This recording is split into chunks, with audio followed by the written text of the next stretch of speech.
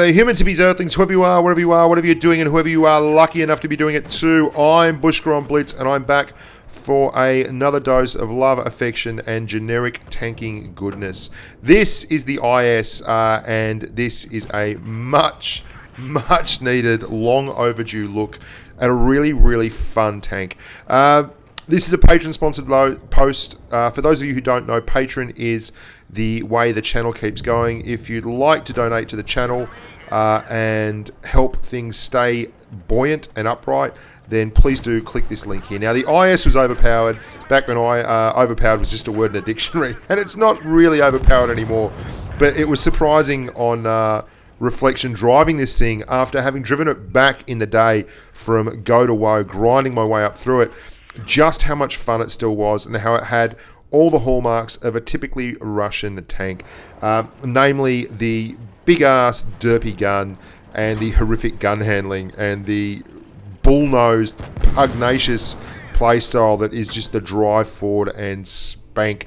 There are some other options that you could explore with this tank if you wanted to, but it really is just a tremendously fun drive. It's the original Heavium, but it had a very different playstyle to the new Heavium, which is the Tiger 1. It has an awkward armour profile. You think you can pen it all the time from the front, but it's got lots of slopes, lots of angles. It's a real start of that angled frontal armour that goes through to the IS-3 and the IS-8 and the IS-7 and is the hallmark of this tank line. And it's also the start of a tremendously good fun time. This and the KV3, the 400 Alpha, big dog guns, the KV1S, and it's so Russian. Like, it is just so Russian. You have a 3.4 second aim time. I mean, it's a legit aim time. You have a 0.46 dispersion rating. It is, it's terrible. Like, do not snipe with this tank. Get up in their grills. Use a really crappy, fun armor at the front that bounces things it shouldn't, and drop 400 hit point bursts of love. And you can see, look at that aim time. Coming. Set the shot up like a minute beforehand, and then unleash Hell Maximus. It's just a tremendously durable tank as well. It's mobile enough. Look, its mobility is 26 degrees of traverse on its tracks and 22 on its turret. And you compare that with the Tiger 1, which we recently had a run with, and you're looking at a tank that it's mobile enough. It's going to get the job done. It's got a 34 km/h top speed, and it gets there fairly quickly as well. So it's not quite a Heavium. It's more heavy because the gun is certainly tremendously tough to deal with. But it's an enforcer on the battlefield. 400 hit points at tier 7 is an awful lot of hit points, and you have the ability to switch out HE and do 500 hit point shots on some of the lighter armored tanks like the Chi-Ri or the SP1C or the Hellcat or these kind of tanks. It's got Russian gun depression, 6 degrees on the 120 millimeter, the D25T. And it also has a sneaky second gun that you can run. You can run the Idiot, the 100mm D10T, so named the Idiot because of the 1D10T, Idiot in phonetics, I guess, if you're using a numeric... God, forget I even mentioned it. It's 6.67 rounds a minute on the Idiot at 280 alpha, but it has 0.42 dispersion and 2.9 seconds of aim time and an extra degree at 7 degrees of gun depression. Whereas the 120 runs 4 rounds a minute at 400 alpha, 175 and 217 are your pen numbers on your premium and your AP rounds, and 3.4 seconds at 0.46 is your gun handling number, which is absolutely not special. Now you can see that was one of the first games I ever ran this tank at, and I realized I didn't actually have my equipment in order. I run an enhanced gun lane drive on this, a set of vents, a rammer, and basically anything to maximize. And you can see here, I'm going to use these. If they want to pen me, they're going to have to use premium shells to go through an angled IS tank there, unless they get really lucky. And I'm just using that to actually side scrape off, put shots in, and then I'm going to drive forward behind it again and try and jerk another shot out.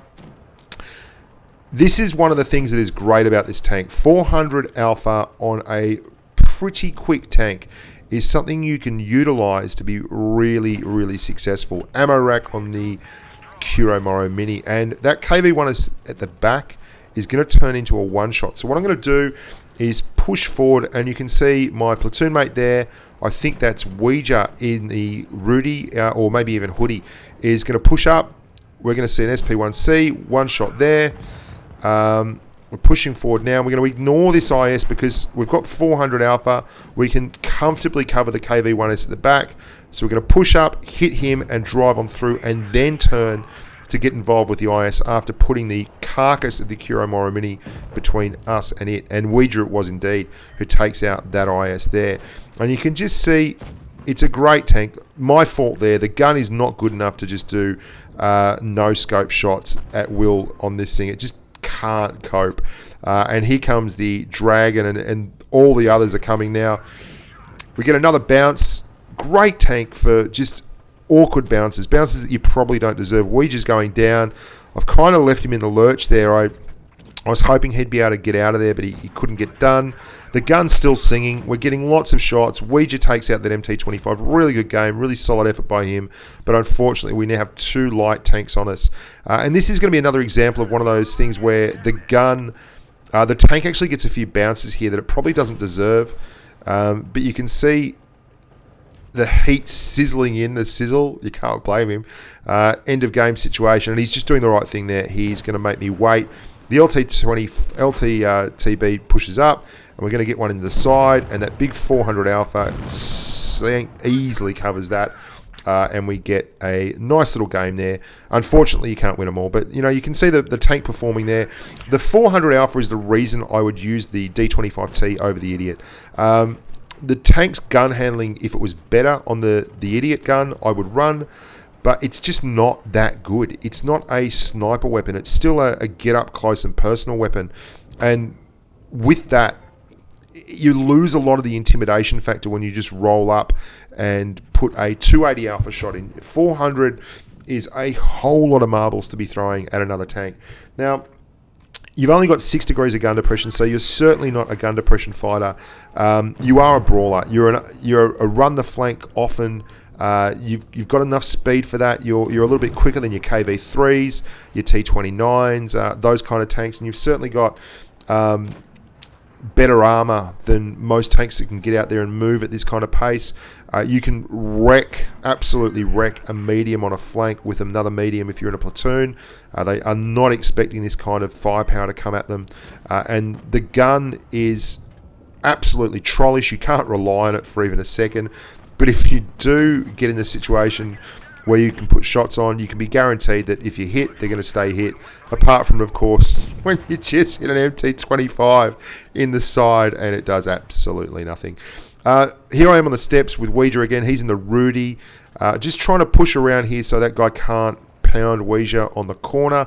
I'm going to go back the other way. Glacial after driving an LTTB or a Dracula or something like that, it feels really, really slow. But that's just one of the things that comes with driving a heavy tank.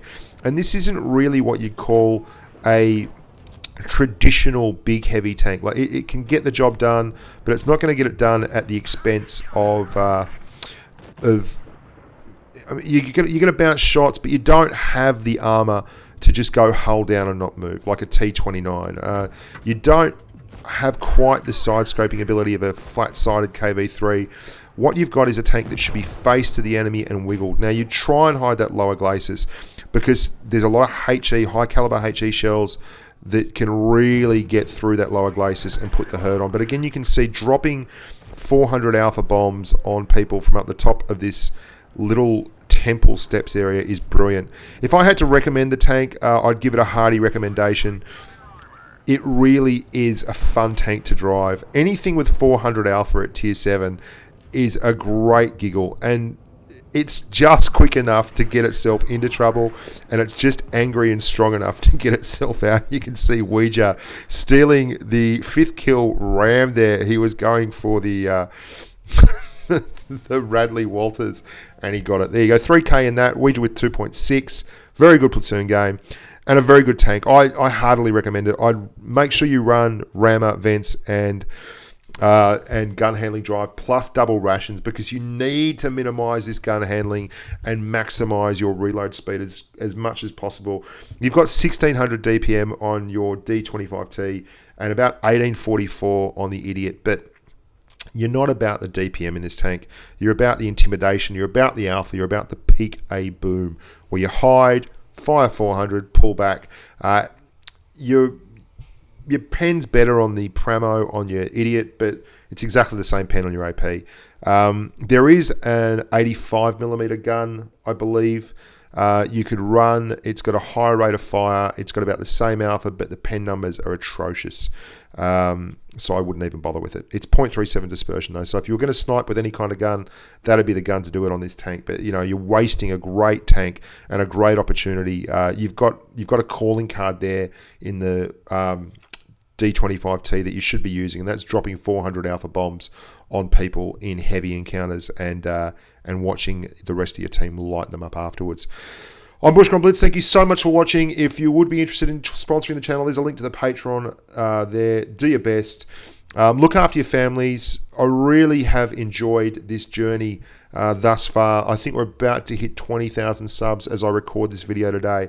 There's a few videos dropping between this video and that one. I'm trying to get ahead of the curve for when I go away in November to broadcast the Twister Cup finals, the championships. Lots of podcasts. Make sure you listen to the podcasts. Look after your family. Stay safe on the battlefield. Bye for now.